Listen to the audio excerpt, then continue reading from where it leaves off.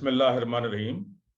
Viewers, आज हमारे साथ एनर्जी कंसल्टेंट मौजूद हैं गाजी खान साहब, जिनका ताल्लुक अमेरिका से है। पाकिस्तानी अमेरिकन हैं, काफ़ी सालों से अमेरिका में रहायश रखते हैं।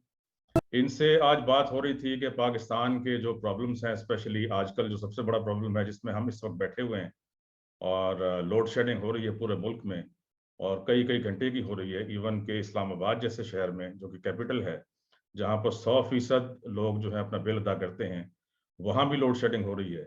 और बाकी शहरों में और बाकी जो छोटे कस्बे हैं, टाउन्स हैं, उनमें तो बहुत ही बुरा हाल है। उनमें तो 14-14 घंटे लोड शेडिंग हो रही है। तो इसका जो है हल क्या होना चाहिए? क्योंकि देखें, आज से काफ़ी साल पहले जब मुस्लिम लीग नून की हुकूमत थी, तो शहबाज शरीफ साहब ने और इनके जो है बाकी वज़रा ने बहुत ज़्यादा कोशिश करके पावर प्लांट्स लगाए थे, जिससे कि फिर जब दूसरी हुकूमत आई पीटीआई की, तो उसमें जितने तकरीबन 3.5 साल उनकी हुकूमत रही, तो किसी किस्म की कोई लोड शेडिंग मुल्क में नहीं थी। और उसकी वजह वही थी कि पावर प्लांट्स लगा दिए गए थे पीएमएल-एन की तरफ से। लेकिन उसकी वजह ये थी कि जिस पे मैं बहुत ज़्यादा एतराज़ करता रहा उस ज़माने में जब ये पावर प्लांट्स लग रहे थे, कि इन्होंने ज़्यादातर पावर प्लांट्स जो लगाए वो इम्पोर्टेड फॉसिल फ्यूल पर लगा दिए, यानी imported coal, imported furnace oil, imported LNG पर। और ये फ्यूल्स जो हैं जब बहुत ज़्यादा महंगे हुए, अब इस वक्त इम्पोर्टेड कोल इंटरनेशनल मार्केट में बहुत ज़्यादा महंगा हो चुका है, और पाकिस्तान अफोर्ड नहीं कर सकता वो फ्यूल खरीदना। इस तरह एलएनजी इतनी ज़्यादा महंगी हो चुकी है कि वो खरीद कर बिजली नहीं बनाई जा सकती। तो तेल का तो आपको मालूम ही है। तो जब ये फॉसिल फ्यूल्स अफोर्ड नहीं कर सकता पाकिस्तान, तो वो जो पावर प्लांट्स लगाए थे पीएमएलएन ने अपने ज़माने में, वो सारे के सारे इस वक्त बंद पड़े हैं, जिसकी वजह से लोड शेडिंग हो रही है। तो इसका क्या हल होना चाहिए? क्या आसान हल होना चाहिए? कोई एक हल पूछने के लिए हम इस वक्त गाजी खान साहब की तरफ जाते हैं, जो कि अमेरिका से हमारे साथ हैं। अस्सलाम वालेकुम गाजी साहब। वालेकुम सलाम डॉक्टर बिशारत साहब। आपने बहुत ही अच्छा सवाल पूछा है। इस सिलसिले में ऐसे है कि मैं कोशिश करूँगा कि जो करंट सूरत हाल है इसके मुताबिक बात की जाए। मैं इस बात पे नहीं जाऊँगा कि भई किसका कसूर था, फिंगर पॉइंटिंग कोई नहीं होगी। जो मैं बात कहूँगा वो सिंपल इतनी है कि जो आज जो सूरत हाल है इसका क्या सॉल्यूशन है? अब हम क्या कर सकते हैं? जो मिटिगेशन ऑफ डैमेज का ताल्लुक है, हम इसको बाद में देखते हैं, अभी देखना है कि अब क्या हो सकता है। तो बात ये है कि हमारे पास मल्टीपल सॉल्यूशन मौजूद हैं बिजली बनाने के और लोकल रिसोर्सेज़ इस्तेमाल करने के, और हमें उसके लिए 1 पैसे का भी फॉरेन एक्सचेंज नहीं चाहिए। हम लोकल रिसोर्सेज़ को इस्तेमाल करते हुए इतनी ज़्यादा बिजली बना सकते हैं जो कि आम नज़र में झूठ लगता है। लेकिन अगर आपको मैं फिगर्स इसके दूँगा तो हर आदमी उसको खुद भी देख सकता है। आप अगर गूगल करें कि पाकिस्तान में नहरों की टोटल लंबाई कितनी है, तो बड़ी ल जो नहरों का नेटवर्क है, ये 58,500 किलोमीटर्स बनता है। अगर ये 58,000 किलोमीटर्स की नहरों पर हर 4-400 फुट के पास हम ज़ीरो हेड टरबाइन अगर लगाते हैं, जो कि गॉरलोव किस्म की टरबाइन्स हैं, जो इंतहाई आसान बनाना है। ये इसके लिए हमें चाइना की भी ज़रूरत नहीं, किसी और कंट्री की ज़रूरत नहीं। आम वो लोग जो फैब्रिकेशन करते हैं, आम लाहौर में बैठे हैं, कराची में बैठे हैं, जो फाइबर ग्लास की फैब्रिकेशन करते हैं, वो आराम से इसको फैब्रिकेट करके बना सकते हैं। और हम इससे एक पॉइंट पे 1-1 मेगावाट ले सकते हैं हर 400 फुट के फासले पर।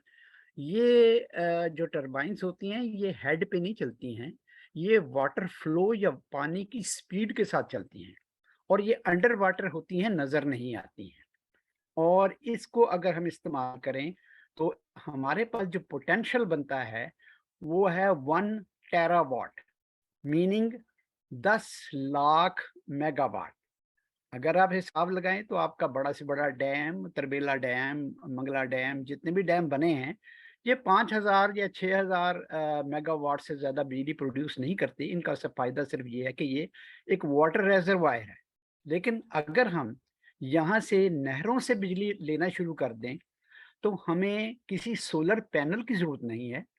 हम अपने ही रिसोर्सेज़ इस्तेमाल करके 500,000 जॉब्स भी पैदा कर सकते हैं और उसके साथ-साथ 1 टेरावाट बिजली का पोटेंशियल, इसका 20% भी हम अगर हम उसको अवेल कर लें, तो हम कम से कम ना सिर्फ पाकिस्तान की बल्कि 10 और मुल्कों की को पूरी ज़रूरियात जितनी भी हैं टोटल वो भी पूरी कर सकते हैं। This is doable, this is possible within local resources creating thousands and thousands of new jobs. ये हम सारा कर सकते हैं। हमारे पास ये पोटेंशियल ऑलरेडी मौजूद है। जी, बहुत सही आपने फरमाया। ये बताइए कि ये टेक्नोलॉजी जो है, आप अगर पाकिस्तान में ट्रांसफ़र करें और यहाँ पर लोकली इसको, जिस तरह आपने कहा है कि ये फैब्रिकेट हो सकते हैं, मैन्युफैक्चर हो सकते हैं, तो इस पे कॉस्ट क्या आएगी से पर किलोवाट कह लें या पर 500 किलोवाट का अगर आप लगाते हैं टरबाइन, उस पे कॉस्ट कितनी आ जाएगी? आपने बड़ा अच्छा सवाल पूछा है।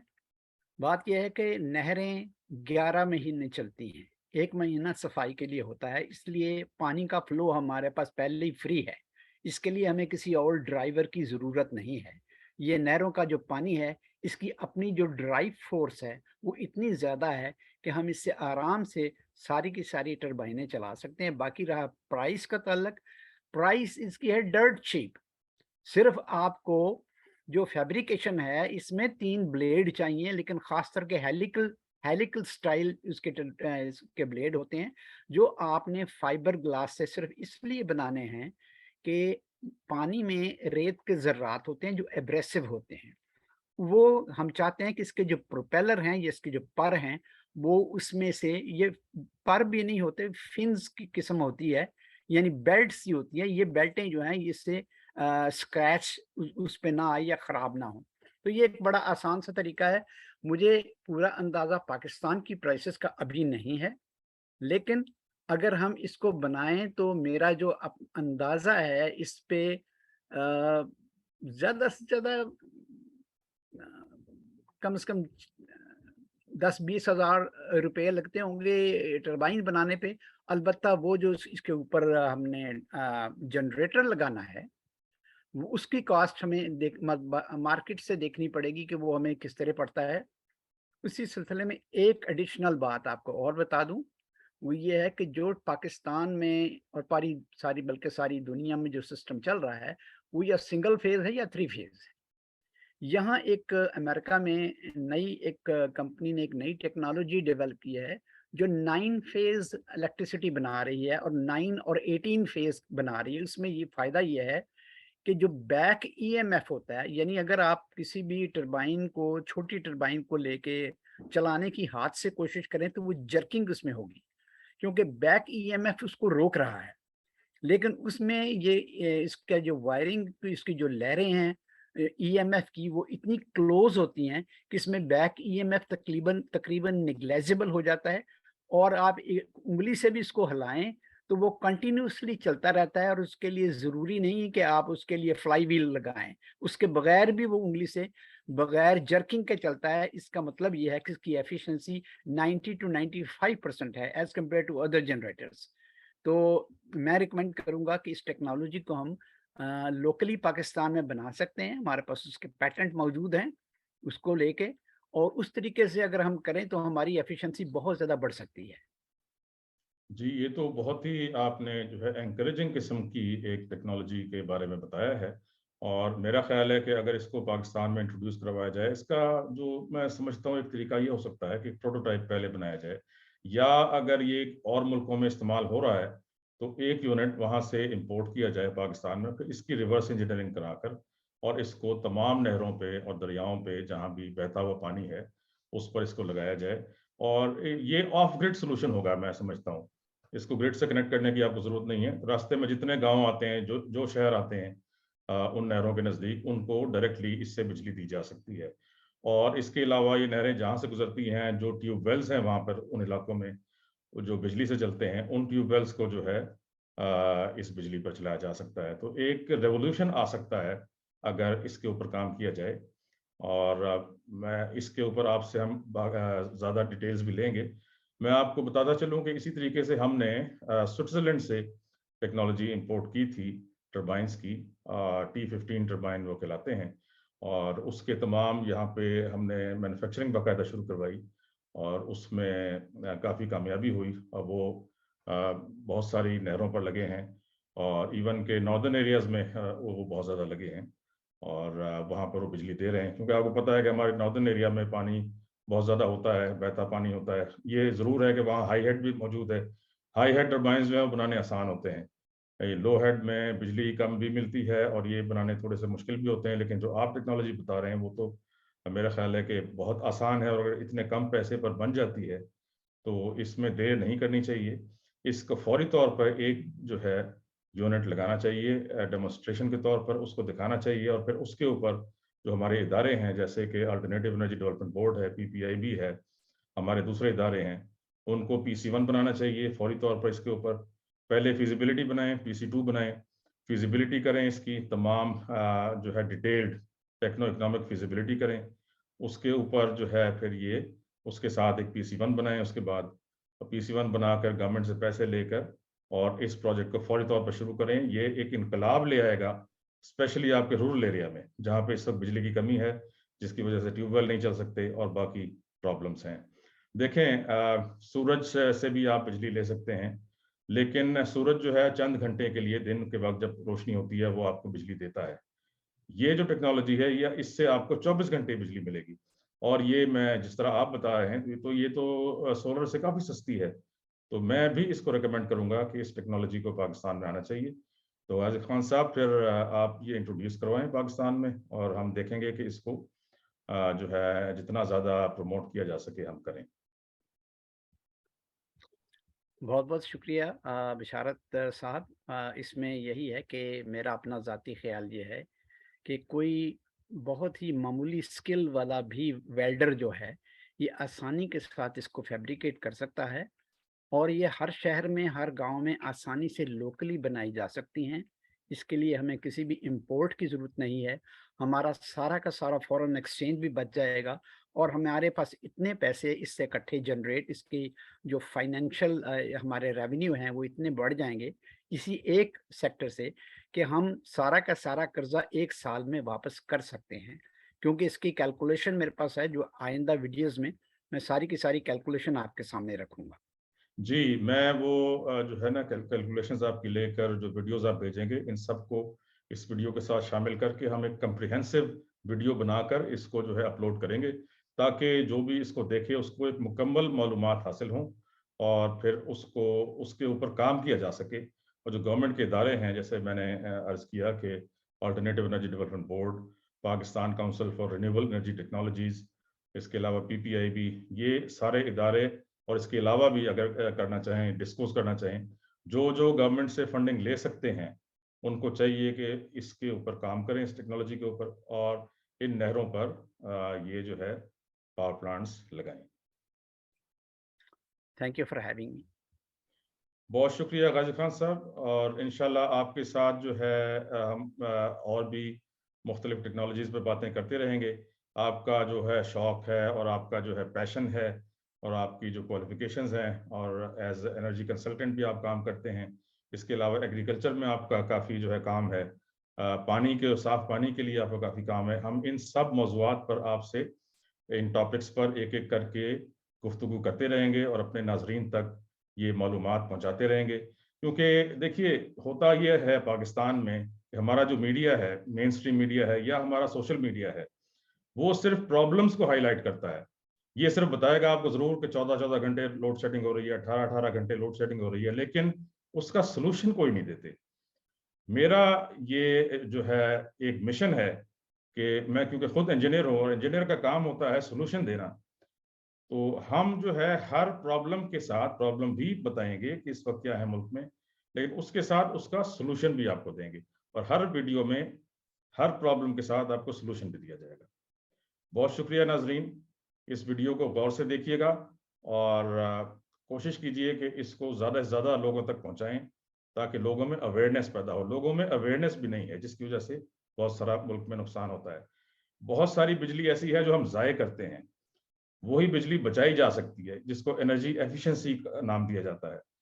अगर आप 1 मेगावाट बचाते हैं तो समझे कि आपने तकरीबन $2 मिलियन जो है बचा लिए, जो कि एक नए पावर प्लांट के लगाने पे खर्च होने थे। तो ये सारी चीज़ें जो हैं इनके ऊपर गौर कीजिए, और ये सिर्फ उस वक्त हो सकता है जब आप ज़्यादा से ज़्यादा लोगों को ये वीडियो दिखाएंगे, ताकि उनमें अवेयरनेस पैदा हो और इसके ऊपर ज़्यादा से ज़्यादा काम हो सके।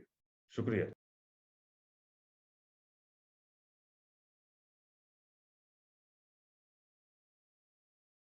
इस वीडियो में मेरा मकसद ये है कि मैं आम लोगों को ये बता सकूं कि जो हमारी नहरों की पानी की ताकत है, वो सुनामी की ताकत के बिल्कुल बराबर है। अब इसमें मैं आपको 2 चीज़ें आपने नोट करनी हैं। आपके सामने 2 तस्वीरें हैं, एक तो आपके पास नहर की तस्वीर है राइट साइड पे, जहाँ नहर का पानी आम रफ्तार से बह रहा है, जिसकी स्पीड जो है ये तकरीबन 1.5 मीटर पर सेकंड के हिसाब से है, या इससे कुछ कम। दूसरी तरफ स्क्रीन पे के लेफ्ट साइड पे मैं आपको एक वीडियो दिखाने लगा हूँ। ये सुनामी की तस्वीर है। आप इसको ज़रा देखिए और आपने इसमें नोट ये करना है कि सुनामी जब आती है तो वो उसकी स्पीड क्या है, पानी की रफ्तार क्या है? सिर्फ़ आपने ये इसमें नोट ये देखना है।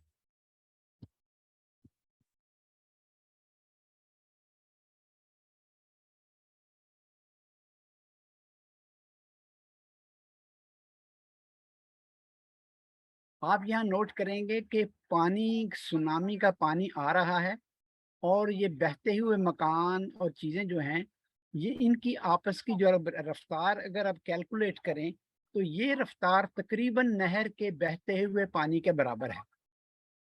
जो सुनामी की लहर है, इसकी ऊँचाई तकरीबन 10 फुट होती है और नहर में जो पानी चलता है, इसकी गहराई तकरीबन 20 फुट होती है।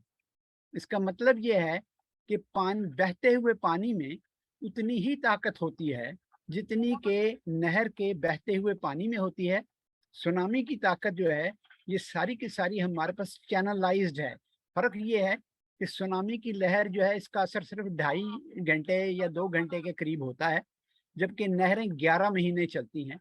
लिहाज़ा हमारे पास चलती-फिरती सुनामी चैनल्स की शक्ल में मौजूद है, जो 11 महीने तक मुसलसल चलती रहती है। अगर हम इसकी ताकत को इस्तेमाल नहीं करते, तो महज़ हम अ, अपने टैलेंट को ज़ाया कर रहे हैं, हालाँकि हम इस रिसोर्स से बहुत ज़्यादा फ़ायदा उठा सकते हैं। ये ताकत सुनामी की ताकत के बराबर है, जिसमें हम अगर टरबाइन्स लगाएँ, तो आप यहाँ देख रहे हैं कि लेफ्ट साइड पे जैसे मकान उखड़-उखड़ के बह रहे थे, यही ताकत हम जो है इस पावर को हम इस्तेमाल करते हुए एनर्जी में कन्वर्ट कर सकते हैं। बिस्मिल्लाहिर्रहमानिर्रहीम। Power potential from our canals, इसमें हम ये बता रहे हैं कि हमारे जो 58,000 58,500 किलोमीटर की जो नहरें हैं, इसमें 1 किलोमीटर में 3,280 फुट होते हैं। If we install zero head turbines at 100 feet apart, अगर 100-100 फुट के फासले पर हम इसको लगाएँ, तो हमारे 1 किलोमीटर के अंदर 32 पावर स्टेशन बनते हैं और टोटल पावर स्टेशन जो हैं, अगर इसको 58,500 से हम ज़र्ब देते हैं, तो ये बनते हैं अ, 18,72,000 स्टेशन। तो 18,लाख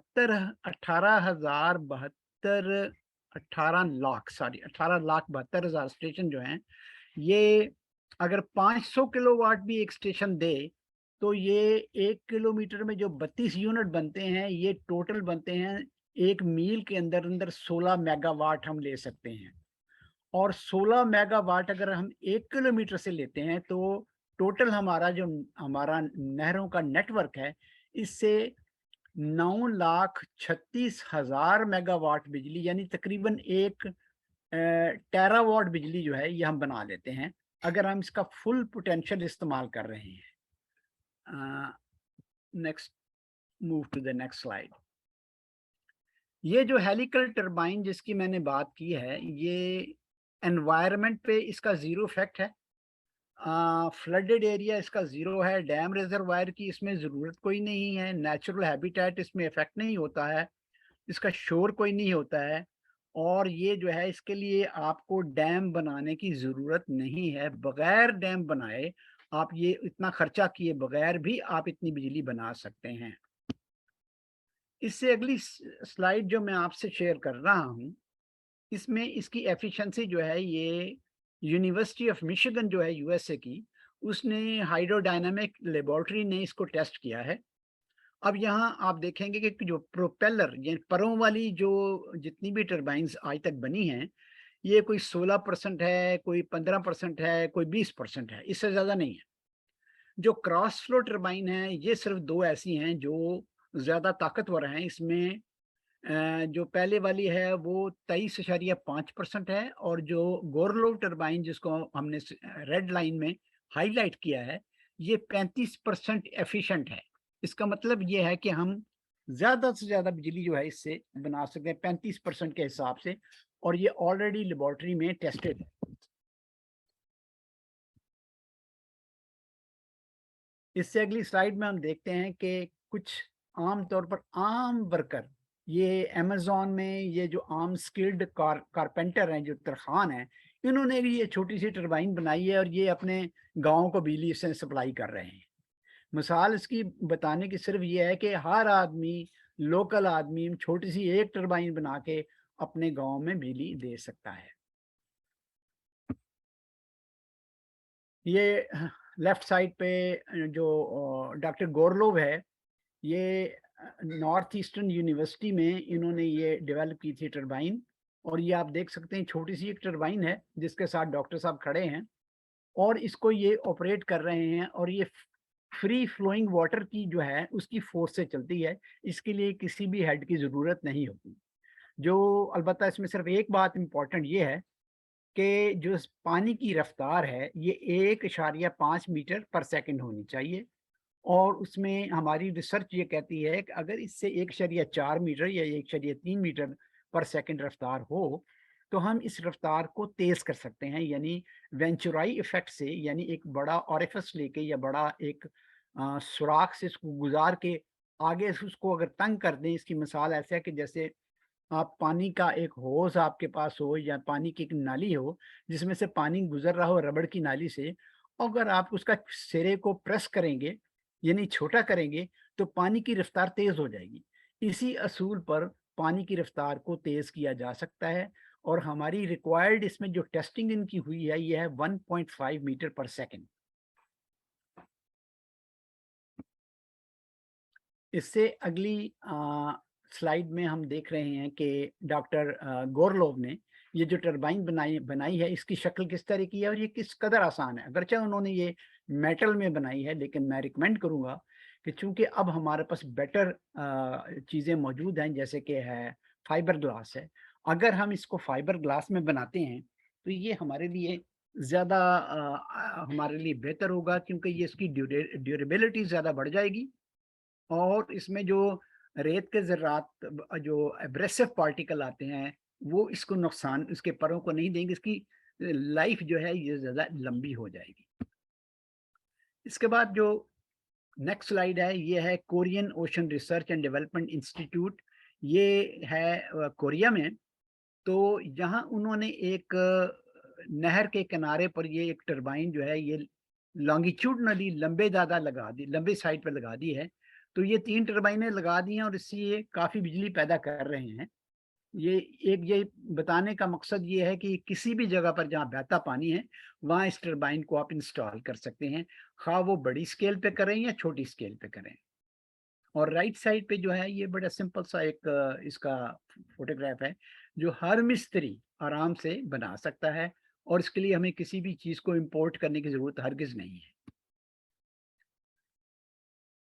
अगली स्लाइड में आप ये 2 टरबाइन्स देख रहे हैं, एक सीधे परों वाली है और एक जो है जिसमें हेलिकल स्टाइल है। जो हेलिकल स्टाइल है इसकी एफिशिएंसी चूँकि ज़्यादा है, तो हमारी रिकमेंडेशन यही है कि हेलिकल स्टाइल पे इसको बनाया जाए। अब यहाँ एक सिमुलेशन में वीडियो सिमुलेशन आपको दिखाने लगा हूँ। ये सिमुलेशन से क्या आपको अंदाज़ा हो जाएगा कि अंदर क्या होता है जब ये टरबाइन चल रही होती है।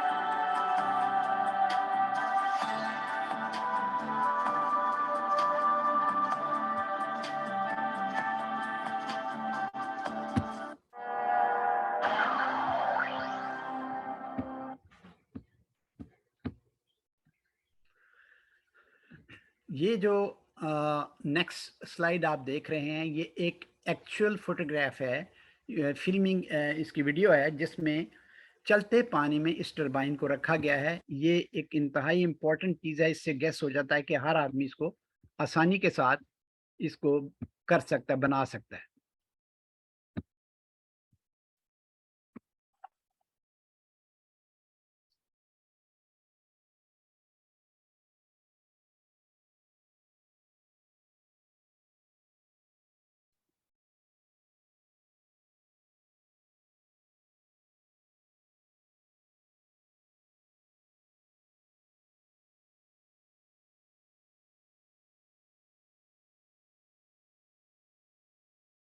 इससे अगली स्लाइड पे आप देख रहे हैं कि ये इसके जो पर बने हुए हैं ये एरोडायनेमिक हैं, और इसमें रोटेशन की डायरेक्शन भी बताई हुई है कि किस तरीके से इसके पर जो हैं ये घूमेंगे।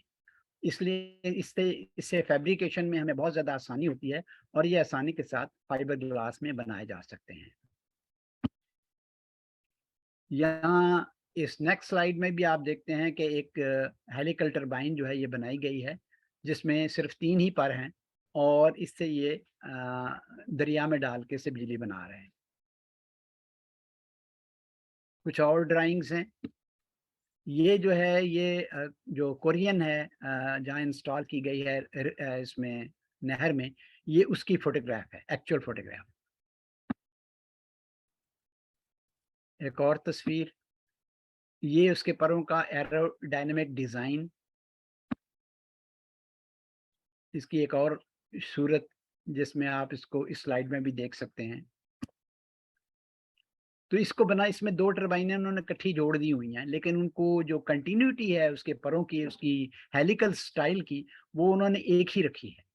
उसी फॉर्म में वो ज़्यादा बेहतर काम करती है।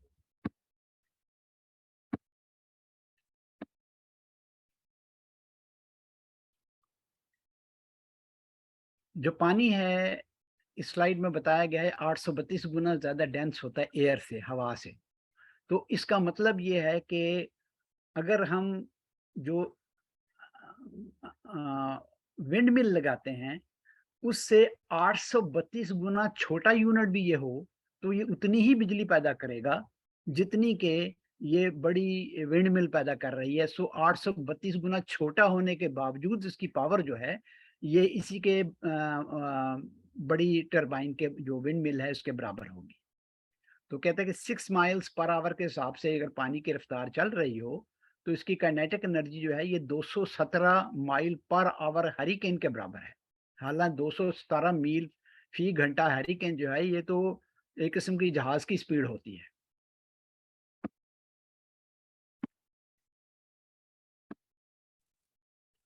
इसमें मैंने जो नेक्स्ट स्लाइड है, इसमें बताया कि जो इनलेट है पानी का, ये हमने खुला मुंह रखा है, बीच में टरबाइन है, और आउटलेट इसका तंग है, छोटा है। इसका मतलब ये है कि यहाँ से जब पानी गुजरेगा, तो तंग सुराख से गुजरते हुए इसकी स्पीड बढ़ जाएगी वेंचुराई इफेक्ट से। अब इसमें हम पानी की रफ्तार को तेज कर सकते हैं, इसलिए हमारी जो टरबाइन की एफिशिएंसी है वो बहुत ज़्यादा बढ़ जाएगी।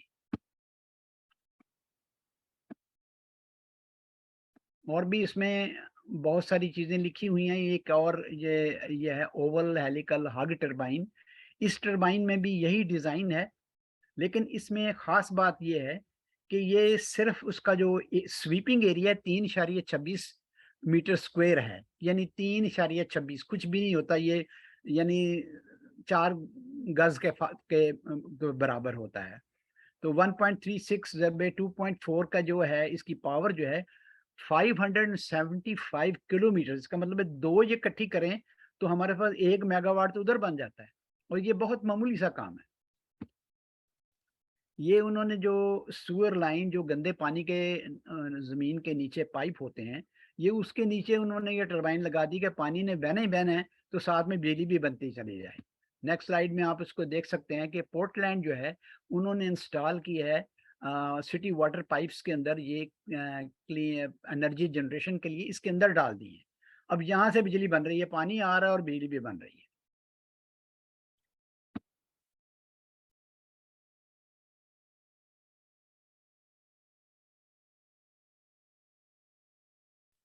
इस स्लाइड में हम ये देखेंगे कि 9 फेज जनरेटर कैसे काम करता है। जैसा कि आपने ऊपर की तस्वीर में देखा, 9 फेज जनरेटर जो है, इसकी आउटपुट में आप देखते हैं कि इसके जो किनारे हैं, इसकी जो वेव्स हैं बिल्कुल स्मूथ हैं, एक पाइप की तरह।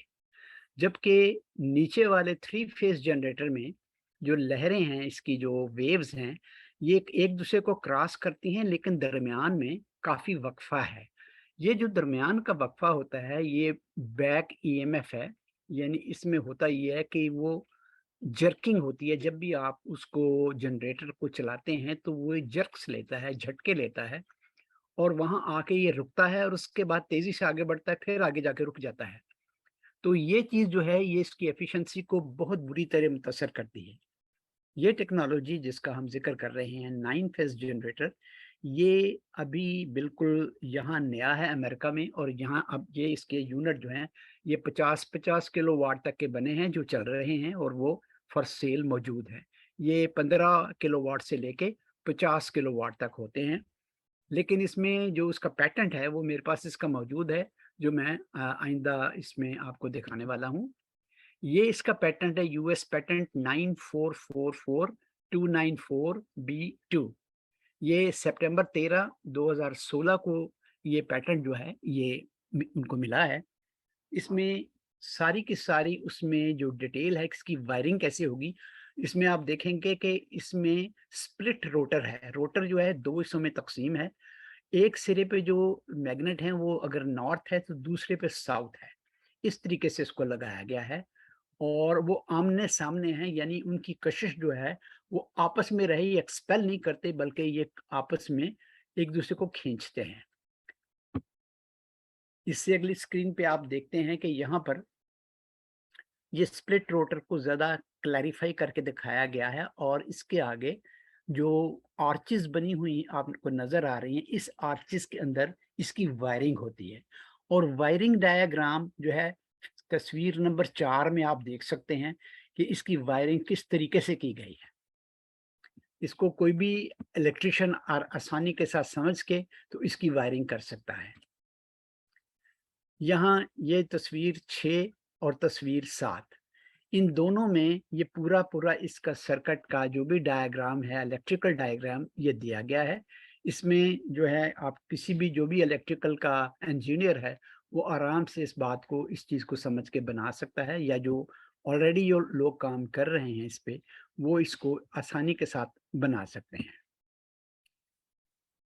ये तस्वीर नंबर 7 में भी ये इसका जो है, इसके पूरे माइक्रो प्रोसेसर, इसका अल्टरनेटर, इसकी फ़ेज़, ये हर चीज़ जो है इसमें बताई गई है और इसको भी ये सेल्फ एक्सप्लेनेटरी है, इसको मज़ीद जो है, ये टेक्निकल लोग आराम से इसको बना सकते हैं।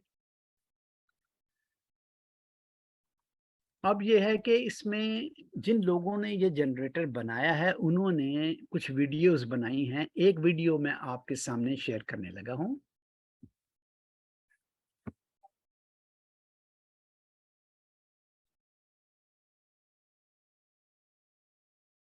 इसमें कंपनी का फ़ोन नंबर भी दिया गया है और इसमें Okay, देख सकते we're हैं। back, and what we're talking about today is our 9-phase generator. We've gone into full production from 15 kilowatts all the way up to 250 kilowatts, and those, of course, can be married together for megawatts. So, I just want to give you a quick update. So here's some more data. Thanks.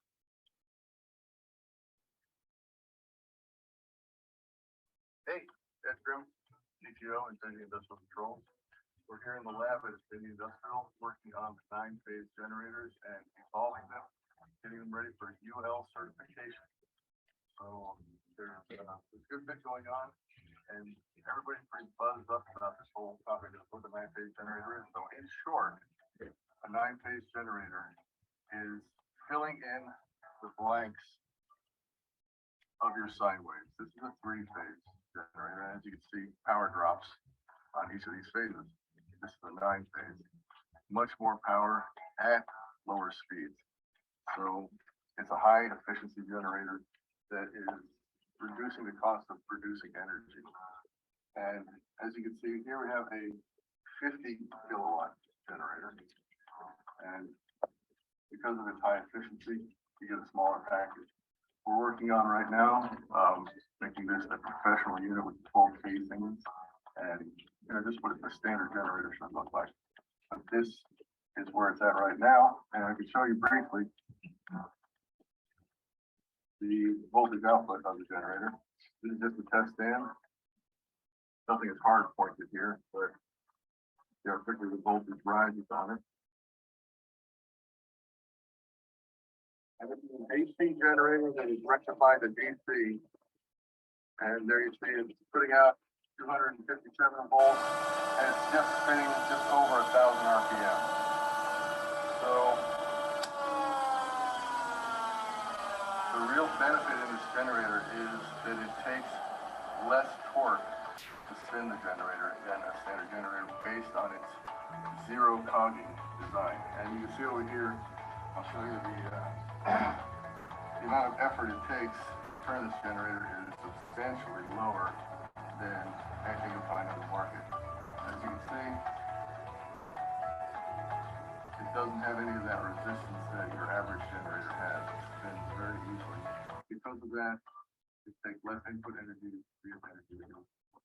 And that basically is why this is gaining a lot of popularity. It's working great for wind turbines, for any type of water power, hydropower, but also connected to any type of grids that have going green with natural gas. You can also propane, of course, or any other type of fuel, but it can be implemented in pumping stations, cell towers, any application where you're going to have inexpensive power. That's the future of the game. That's my favorite generator.